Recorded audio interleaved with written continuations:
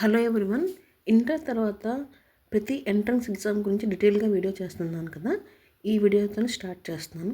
ఈరోజు మనం mains exam complete details గురించి మాట్లాడుకుందాం. Eligibility, pattern, marks and counselling గురించి మాట్లాడుకుందాం. What is main exam?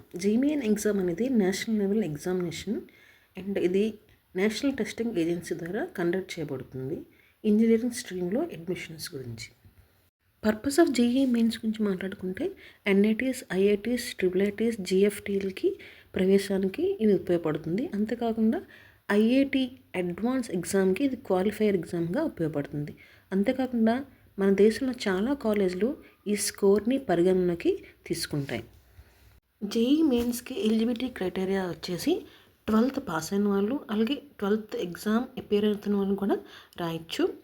Physics, mathematics subjects కంపల్సరీగా ఉండాలి. ఏజ్ లిమిట్ అనేది ఉండదు as per NTA norms. And specific year of passing కూడా మనం చూసుకోవాలి. ఇక నెంబర్ ఆఫ్ అటెంప్ట్స్ సంగతికి వస్తే ఇయర్లో 2 సార్లు కండక్ట్ చేస్తారు, జనవరి అండ్ ఏప్రిల్. అంతేకాకుండా 2 సెషన్స్లో ఏ స్కోర్ అయితే బెస్ట్గా వస్తుందో ది బెస్ట్ని వాళ్ళు కన్సిడర్ చేస్తారు. టైప్స్ ఆఫ్ మెయిన్ పేపర్స్ చూసుకుంటే paper 1 BE BTech engineering, paper 2A architecture, paper 2B planning. ఈ 3 పేపర్స్ అటెంప్ట్ చేయొచ్చు. ఎగ్జామ్ ప్యాటర్న్ విషయానికి వస్తే ఫిజిక్స్, కెమిస్ట్రీ, మ్యాథమెటిక్స్లో ఎగ్జామ్ రాయాలి. Mode of exam computer based test and online mode only. Centres చాలా వరకు ఉంటాయి. మీ దగ్గర ఏదైనా సెంటర్ ఉంటే ఆ సెంటర్ మీద పెట్టుకొని ఎగ్జామ్ అనేది రాయొచ్చు. ఇక మార్క్స్ అండ్ మార్కింగ్ స్కీమ్స్కి వస్తే టోటల్ మార్క్స్ 300, 300. కరెక్ట్ ఆన్సర్కి +4, నెగిటివ్ ఆన్సర్కి -1. కాబట్టి కరెక్ట్గా చూసుకొని ఆన్సర్ అయితే చేయాలి. సిలబస్ అనేది 11th, 12th కరికులం మీద బేస్ అయి ఉంటుంది. Covers physics, chemistry and mathematics and adheres to the NTA prescribed syllabus. Result విషయానికి వస్తే పర్సంటైల్లో రిజల్ట్ అనేది ఇస్తారు. అలాగే all India rank, category rank కూడా ఇస్తారు.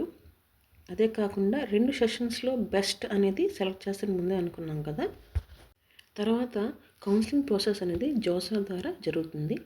జోసా పోర్టల్కి వెళ్ళి రిజిస్టర్ చేసుకొని చాయిసెస్ ఫిల్ చేశాక అలాట్మెంట్ అనేది మీ ర్యాంక్ బేస్ చేసుకుని అలాట్మెంట్ అనేది జరుగుతుంది. తర్వాత డాక్యుమెంట్ వెరిఫికేషన్ అనేది చేయాల్సి వస్తుంది. ఈ జోసా కౌన్సిలింగ్ ద్వారా ఎన్ఐటీస్లో, ట్రిపుల్ ఐటీస్, ఐఐటీస్, జిఎఫ్టీస్లో కూడా మనం ప్రవేశం అనేది పొందవచ్చు. మీరు ఇంకా ఏమైనా డీటెయిల్గా తెలుసుకోవాలనుకుంటే ఈ వెబ్సైట్లోకి వెళ్ళి అన్ని విషయాలు డీటెయిల్గా తెలుసుకోవచ్చు. ఇంకా చివరిగా ఫైనల్ ప్రిపరేషన్ టిప్స్కి వస్తే ఎన్సీఆర్టీని మీరు ఫోకస్ చేయాలి. అదే కాకుండా ప్రీవియస్ ఇయర్స్ క్వశ్చన్ పేపర్స్ని చాలా చక్కగా చూసుకోవాలి. అలా కాకుండా మీకు వీలైనన్ని మాక్ టెస్ట్లు ఇస్తూ ఉంటే మీ ఎగ్జామ్ ఎలా రాయాలో, ఎలా అటెంప్ట్ చేయాలనే విషయం మీకు బాగా తెలుస్తుంది. So all the best for your exam. And ఇంకా మీకు ఏమైనా ఎగ్జామ్కి తెలుసుకుంటే కామెంట్ చేయండి. Thank you for watching.